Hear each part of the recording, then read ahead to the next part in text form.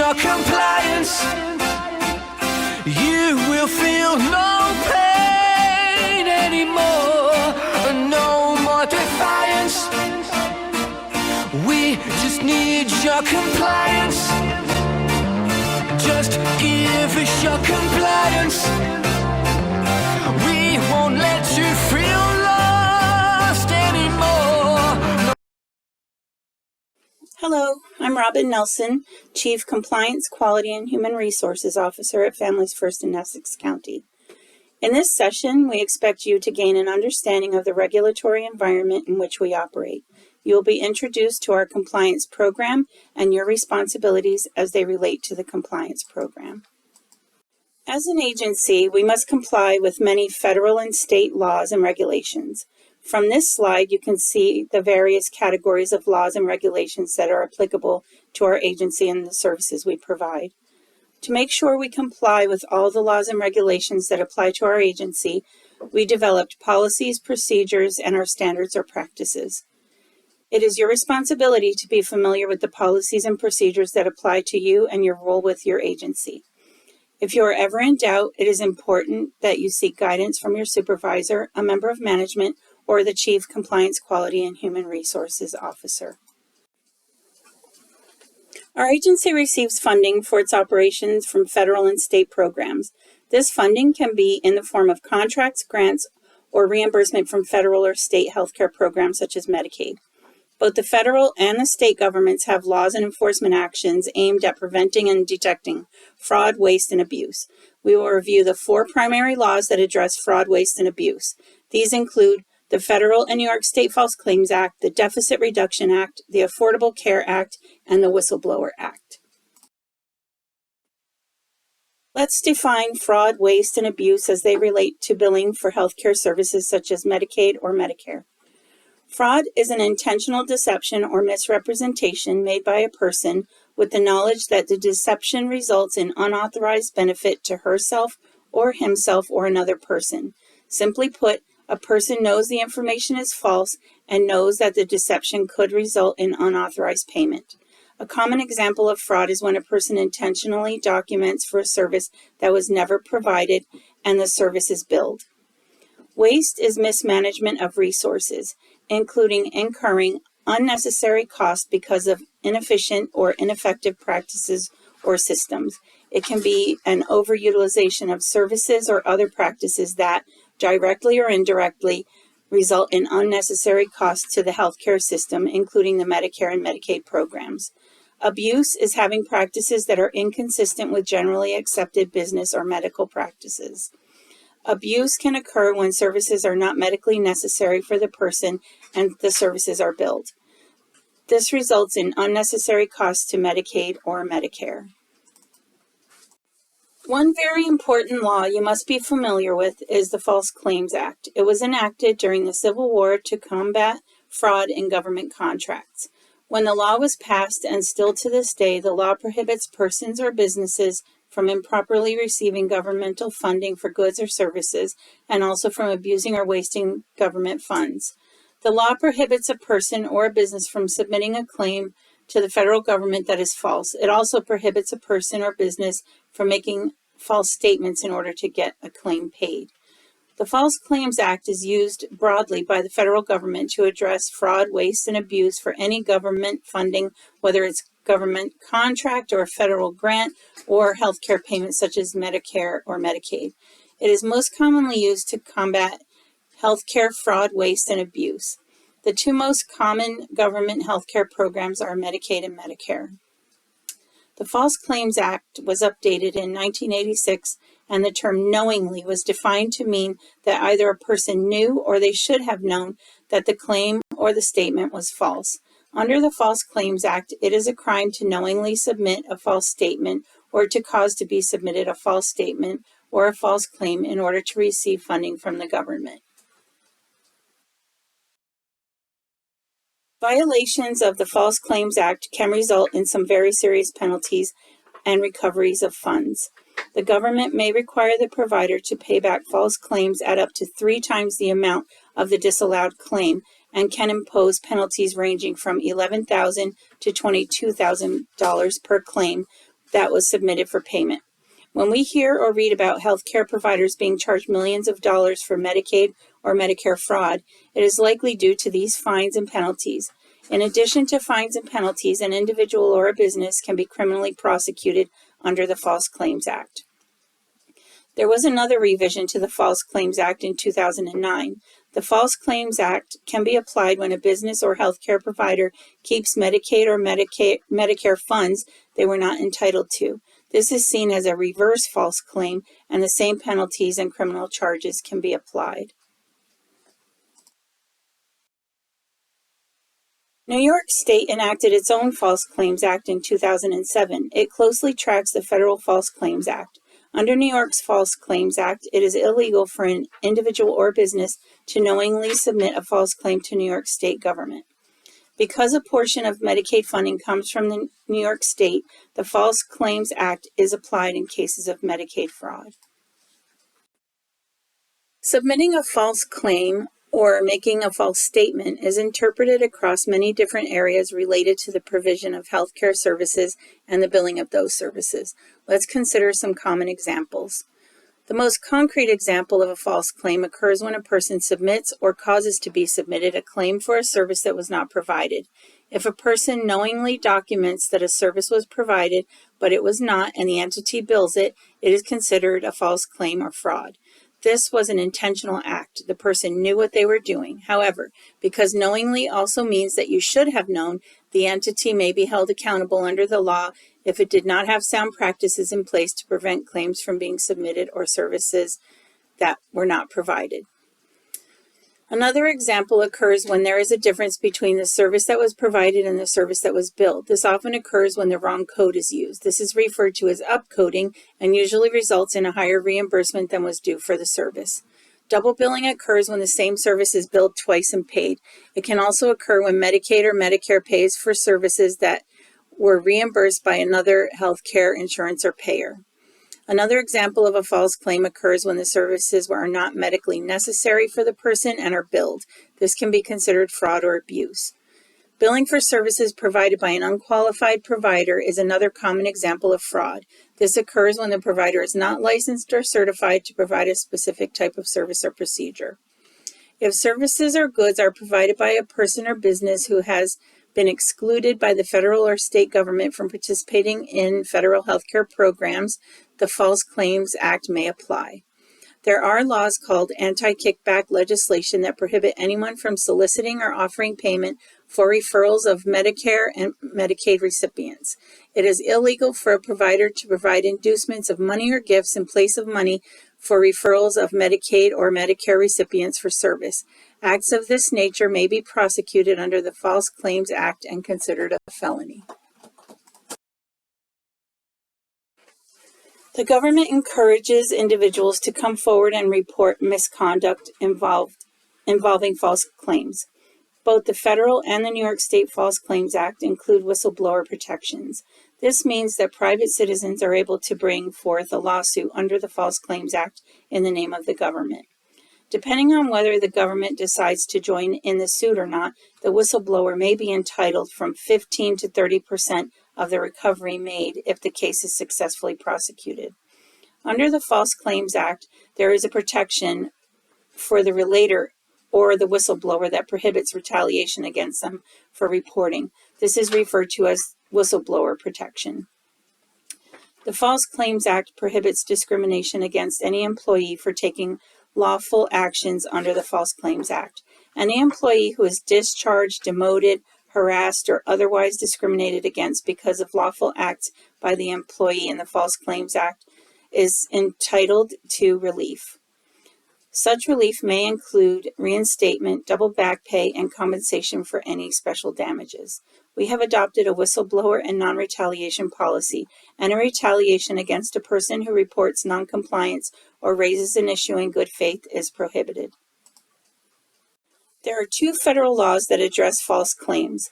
Under the Patient Protection and Affordable Care Act, a provider must return any overpayment of Medicaid or Medicare funds within 60 days after they have identified the overpayment or by the date the cost report is due. Under the Fraud Enforcement and Recovery Act of 2009, False claims actions may be taken when a provider does not return a Medicaid or Medicare overpayment, even when there is no false claim. This is referred to as a reverse false claim. In 2006, the federal government enacted the Deficit Reduction Act. The legislation places more emphasis on Medicaid fraud, waste, and abuse detection and prevention. The Deficit Reduction Act increases enforcement of Medicaid laws and regulations and also allows for and encourages whistleblower actions. The law also requires training and education of employees on the False Claims Act and whistleblower protections. It is important for you to understand that there can be criminal or civil prosecution for a wide range of conduct that leads to the submission of a false claim. You also need to know that there are ways to report false claims to the agency. Should an employee report in good faith knowledge of an alleged false claim, the employee is protected from retaliation or discrimination for making such a report. We have policies and procedures related to the False Claims Act and the reporting of noncompliance.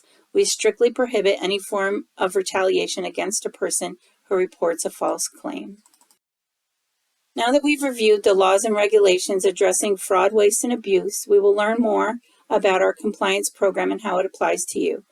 Quite simply put, compliance means doing the right thing because it's the right thing to do, even when no one is looking. Our compliance program is about doing the right thing in all that you do.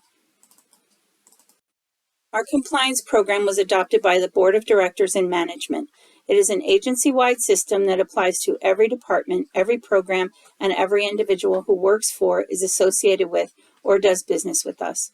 Our compliance program is based on our commitment as an agency to comply with all applicable laws and regulations by which we are governed, and our commitment to conduct business ethically and with the highest degree of integrity.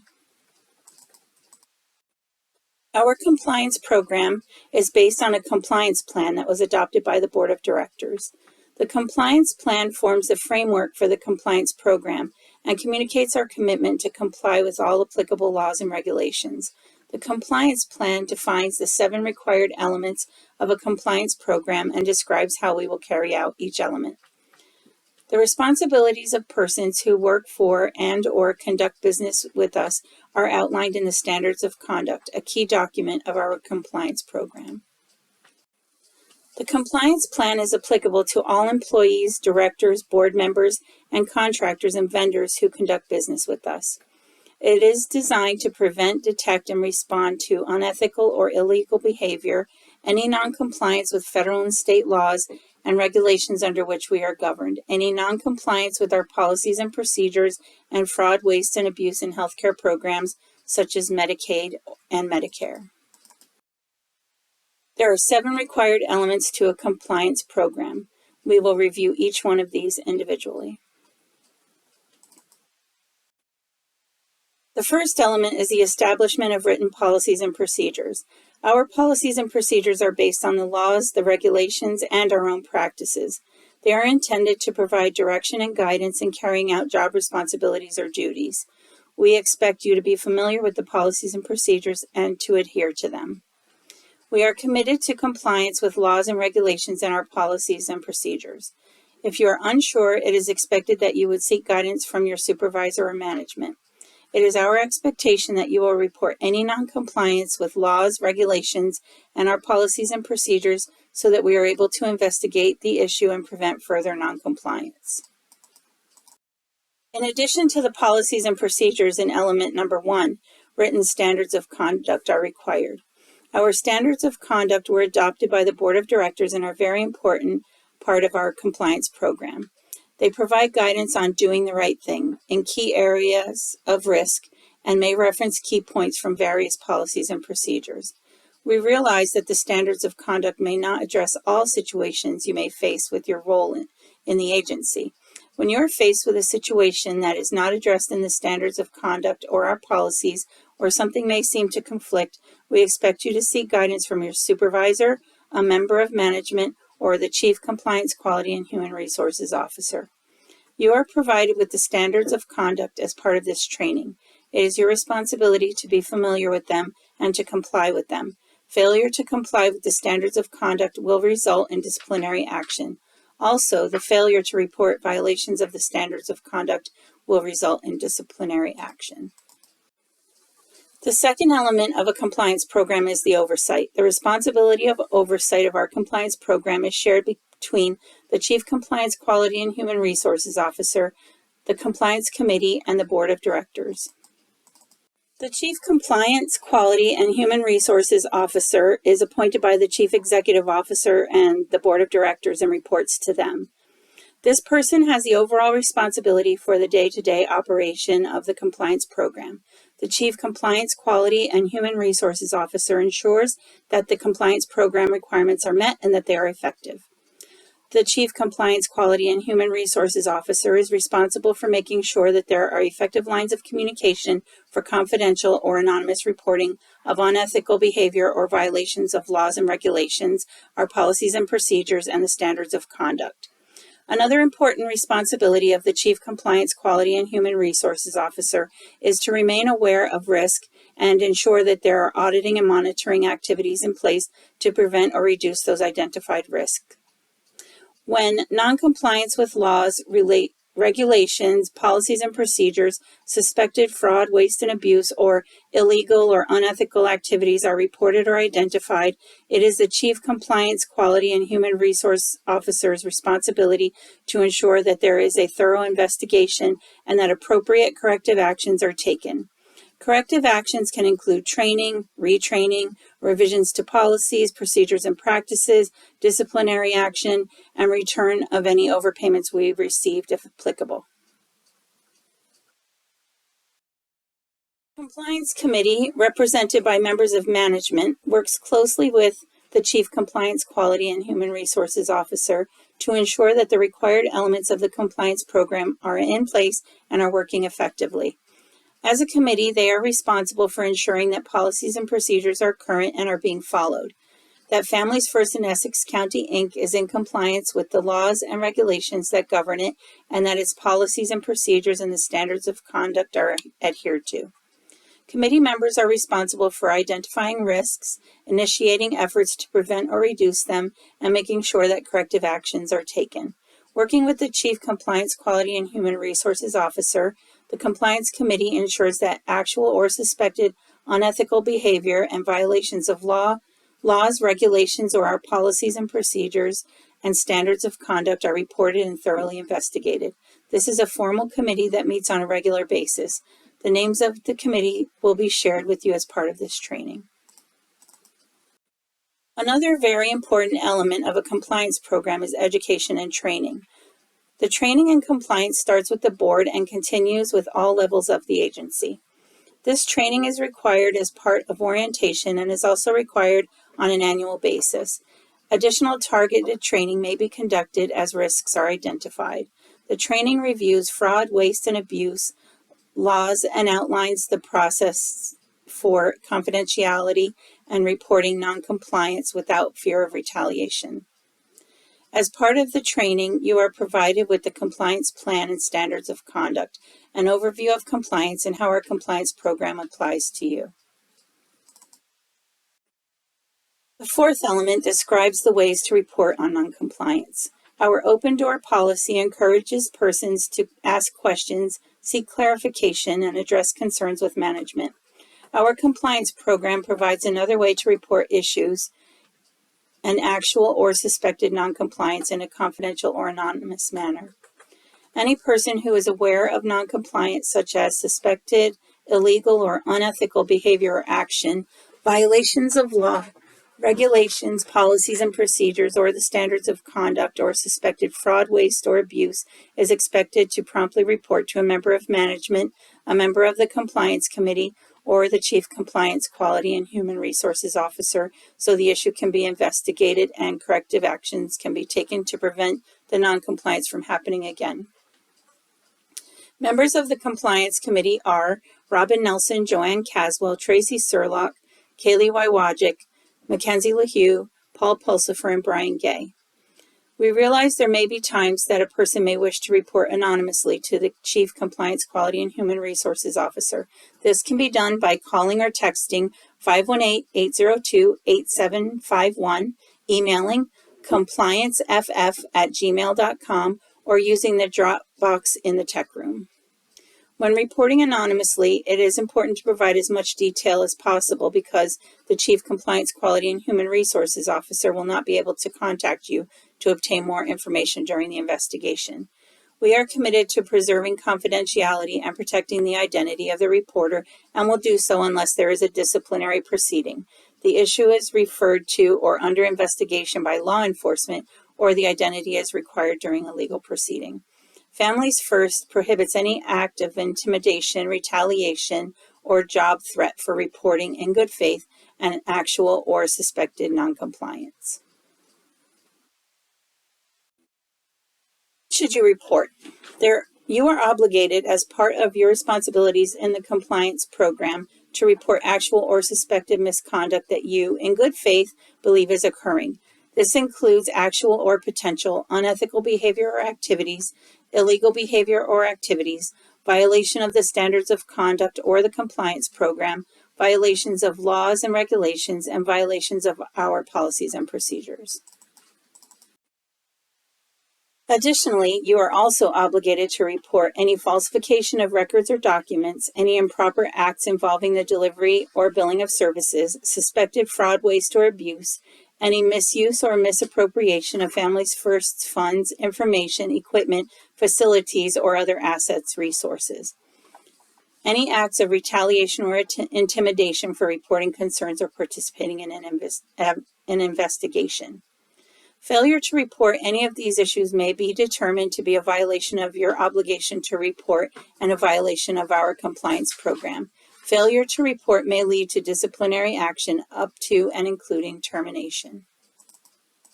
We recognize that a threat or act of intimidation or retaliation against a person who has reported actual or suspected noncompliance can threaten the integrity of our compliance program by preventing good faith reporting and can limit our ability to monitor and resolve issues of noncompliance.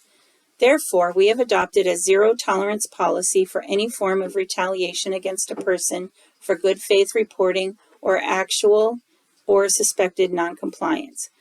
The term good faith means that the person has good reason to believe the noncompliance occurred or is occurring. Examples of retaliation can include threats, harassment, intimidation, demotion, reassignment, isolating, mocking, and false accusations of poor performance. Retaliation must be promptly reported to the Chief Compliance, Quality, and Human Resources Officer for investigation and follow-up. The fifth element of the compliance program includes our disciplinary standards. As part of our obligation to comply with laws and regulations and our policies and procedures, it is important that we enforce our standards of conduct and policies and procedures. Our policy for disciplinary action addresses what will happen when someone does not follow the standards of conduct or our policies and procedures. Disciplinary action will be taken for noncompliance with laws, regulations, our policies and procedures, standards of conduct, compliance program, and service provision and billing requirements. In addition, the failure to report actual or suspected noncompliance or violations of the compliance program will also result in disciplinary action. Disciplinary actions may include an oral warning, written warning, suspension, or termination. The disciplinary actions may not always be progressive in nature and may be escalated to more significant discipline depending on the violation and whether the actions were intentional or part of reckless behavior. The sixth element includes auditing and monitoring activities and the systems and processes we have in place to ensure that we are in compliance with applicable laws and regulations and our policies and procedures. Auditing and monitoring activities are based on identified risk areas established by the Chief Compliance, Quality, and Human Resources Officer and the Compliance Committee. Our audits are designed to test our compliance with laws and regulations, our policies and procedures in those identified risk areas. The results of audits are shared with management, the Compliance Committee, and the Board of Directors.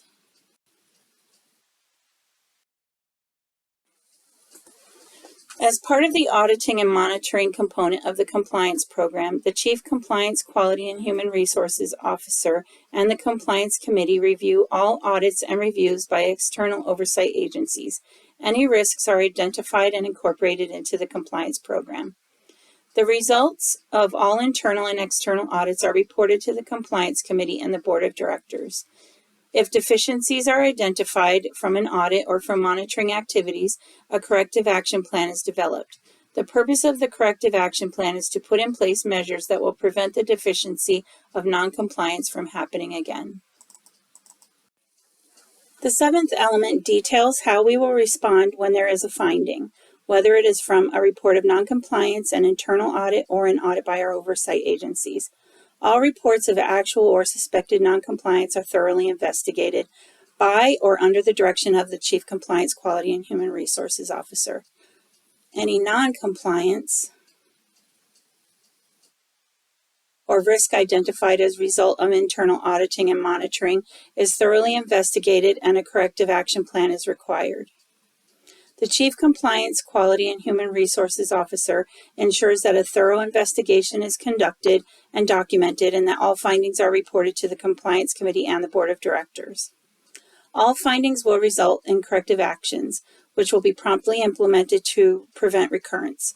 Corrective actions can include training, policy procedure revision, discipline, self-reporting, and refund of any overpayments if applicable. And finally, as part of our compliance program, we conduct follow-up reviews and monitoring to determine if the corrective actions were effective in correcting the noncompliance or deficiency.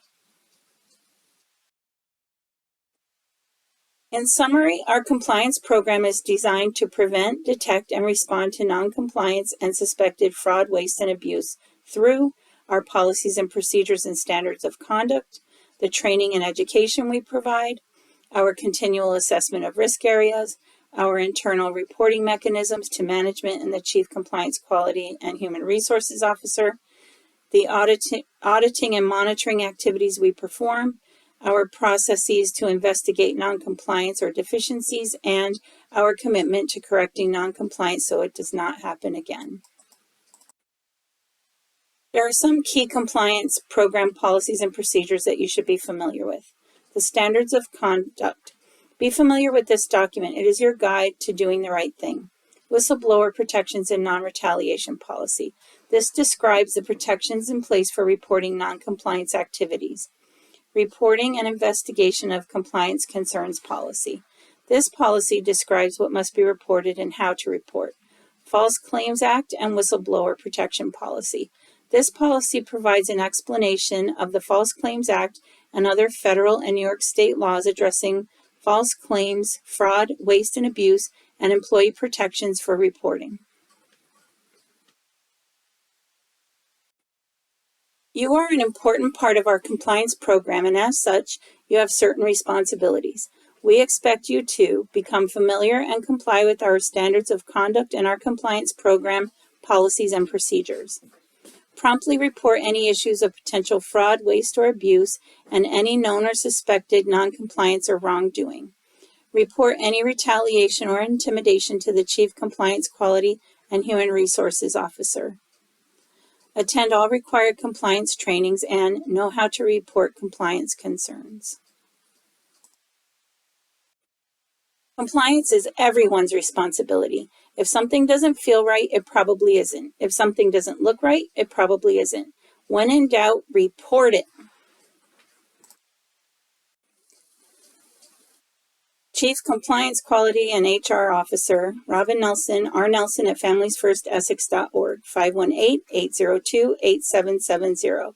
Compliance Committee members, Robin Nelson, Joanne Caswell, Tracy Surlock, Kaylee Wywajic, Mackenzie LaHue, Paul Pulsifer, Brian Gay. Next, we will review some regulations and requirements of service delivery and documentation of services. In this part of the compliance program training, you will gain an understanding of fraud, waste, and abuse risks related to service provision and billing for reimbursement. Gain an understanding of Families First expectations for compliant documentation and billing practices.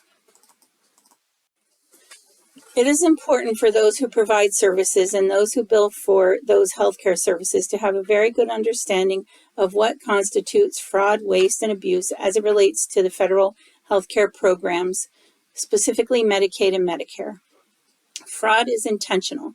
It is a deception or a misrepresentation that one knows or should know to be false or does not believe the information to be true. That could result in some unauthorized payment. Some examples include purposefully billing for services that were not provided, misrepresenting who provided the service, submitting a bill for a service that has a higher reimbursement than the service that was actually provided, altering claim forms or service documentation. Waste, as it relates to healthcare services, is the overutilization of services or other practices that, whether directly or indirectly, result in unnecessary costs to the healthcare system, including the Medicare and Medicaid programs. An example of waste is providing services that are not medically necessary for that person. Abuse describes provider practices that are inconsistent with sound fiscal business or medical practices and result in an unnecessary cost to the Medicaid and Medicare program, reimbursement for services that are not medically necessary, or services that fail to meet professionally recognized standards for healthcare. Abuse includes, but is not limited to, a range of improper behaviors or billing practices, such as billing for a non-covered service, misusing codes on the claim. For example, the way the service is coded on the claim does not comply with the national or local coding guidelines or is not billed as rendered, or inappropriate allocation of costs on a cost report.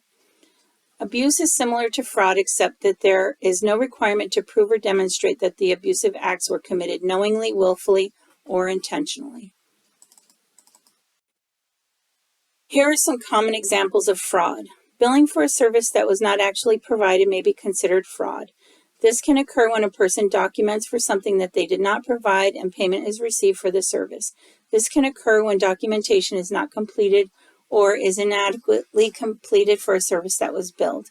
In most instances, Medicaid and Medicare services must be authorized or ordered, often by a licensed and authorized healthcare provider. Billing without proper authorization may be considered fraud. Billing when a person is not present may be considered fraud. Providers must be very careful in taking attendance if the attendance is associated to the billing.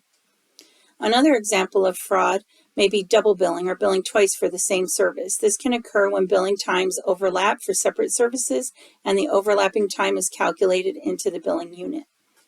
Billing for services by unqualified staff is another area that poses risk for fraud. Some services can only be provided by a person with certain licensure or certification. There are other services that have regulatory requirements for education or experience that must be met for the service to be reimbursable. And falsification of any service or billing documents is considered to be fraud. It may be considered fraud when payment is received for documentation that is false or inaccurate. Billing for services that are not medically necessary may be considered fraud or abuse.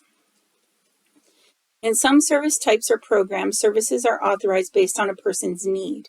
The authorization for the type, amount, and frequency of services is stated in the form of a plan, such as a service plan, treatment plan, or a care plan, or a prescription or order by a physician. It may be considered fraud when services are billed in excess of the amount that was authorized. It may be considered fraud if services are not adequately documented, or if one or more required elements of the documentation is missing. Coding errors or upcoding may be examples of fraud if the code resulted in a higher reimbursement than was due for the service that was provided. And inaccurate recording of start and end times when used to establish the billing unit or code may result in fraud. Other common examples of practices that may be considered fraud include using the wrong rate or unit to bill, keying or inputting errors that result in inaccurate reimbursement, submitting claims for goods or services provided by individuals or businesses on the federal or state exclusion list, or destroying, losing, or damaging records. Records must be maintained to support claims for reimbursement. We have put measures in place to identify and prevent these risks. including this training. As part of your responsibilities, you are expected to seek guidance if you are unsure about any documentation and billing practices. It's very important that you immediately report any indication of these risks of fraud or wrongdoing to your supervisor, a member of management, a member of the compliance committee, or the Chief Compliance Quality and Human Resources Officer. There are some common risks of fraud and abuse related to coding and billing practices. They include submitting a claim without complete reporting documentation, submitting claims with incorrect information such as billing codes, diagnostic codes, units of service, procedure codes, rate codes, dates of service, or service providers. If you have any questions related to the coding and billing of services, seek guidance from your supervisor or the Chief Compliance Quality and Human Resources Officer.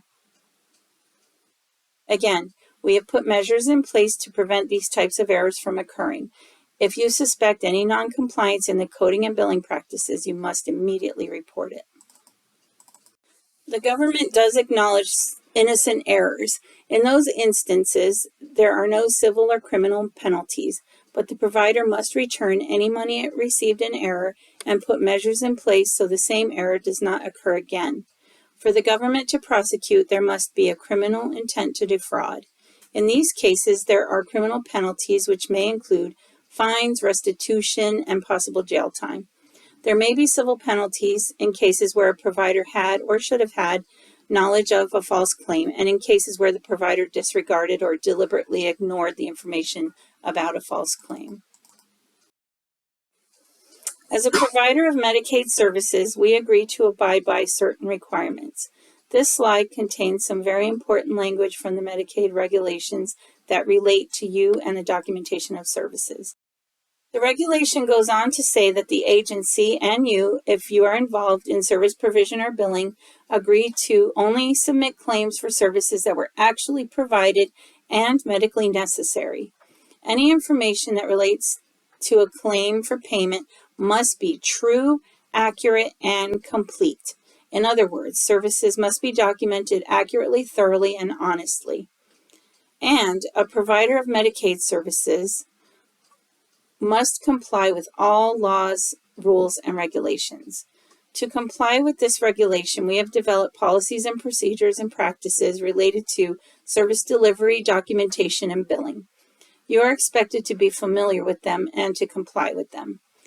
If you have questions or become aware of these risks related to the provision of services, the documentation of services, or the billing of services, you are obligated as part of our compliance program to report the issue immediately to your supervisor, a member of management, a member of the compliance committee, or the Chief Compliance Quality and Human Resources Officer.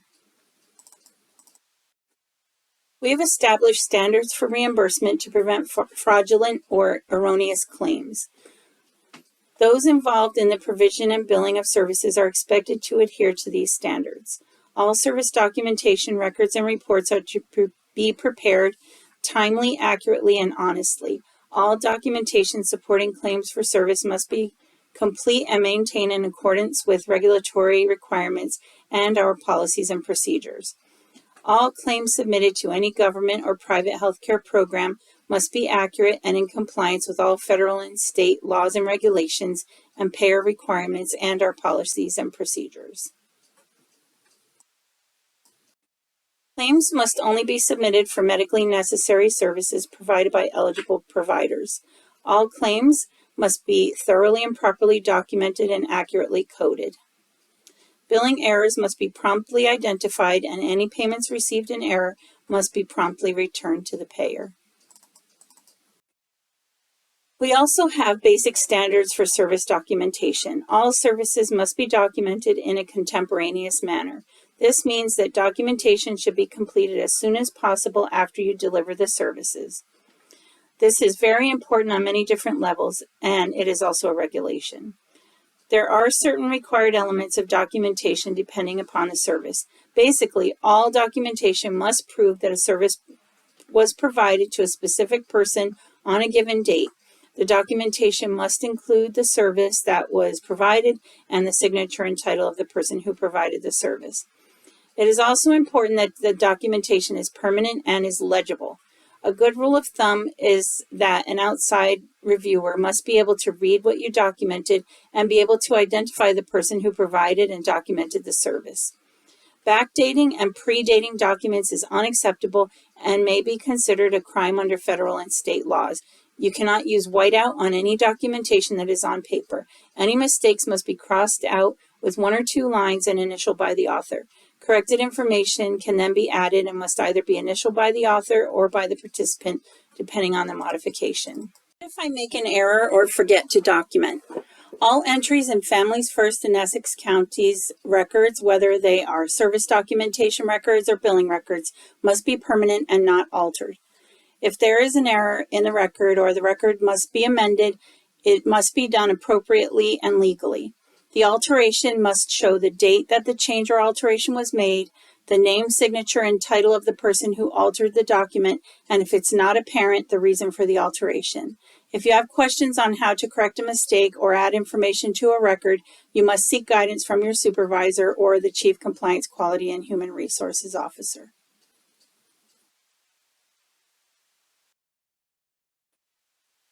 Your responsibilities related to service provision, service documentation, and the billing of services. You must become familiar and comply with the standards of conduct and the compliance program policies and procedures.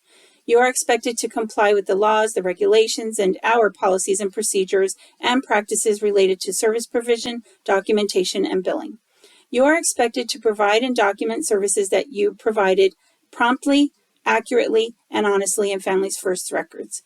You are expected to report any problems or mistakes that you see that may lead to inaccurate billing immediately so that they may be corrected and prevent additional errors. In accordance with the compliance program, you are expected to promptly report any issues, concerns, or possible violations of laws, regulations, policies, and procedures, or suspected fraud, waste, or abuse to your supervisor, a member of management, a member of the compliance committee, or the Chief Compliance, Quality, and Human Resources Officer.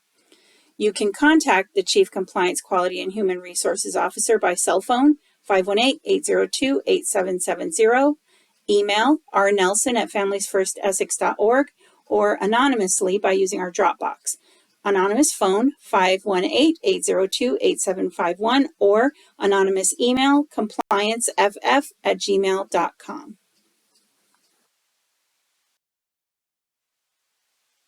So we've reached the end of our training. Cultivating a culture of compliance isn't just a requirement. It's a commitment to integrity that sets the foundation for a future built on trust and excellence. If you have any questions or wish to discuss any elements of this training, please reach out to me, Robin Nelson, Chief Compliance, Quality, and Human Resources Officer. My cell phone number is 518-802-8770, and my email is rnelson@familiesfirstessex.org. You should have it memorized by now. I've said it so many times. Remember, even the best compliance training can't protect you from your mother's disapproving glare if you don't clean up your act. Congratulations, you are now officially certified to outsmart even the most cunning loopholes and jump through compliance hoops like a trained acrobat. Just don't try this at home. Signing off.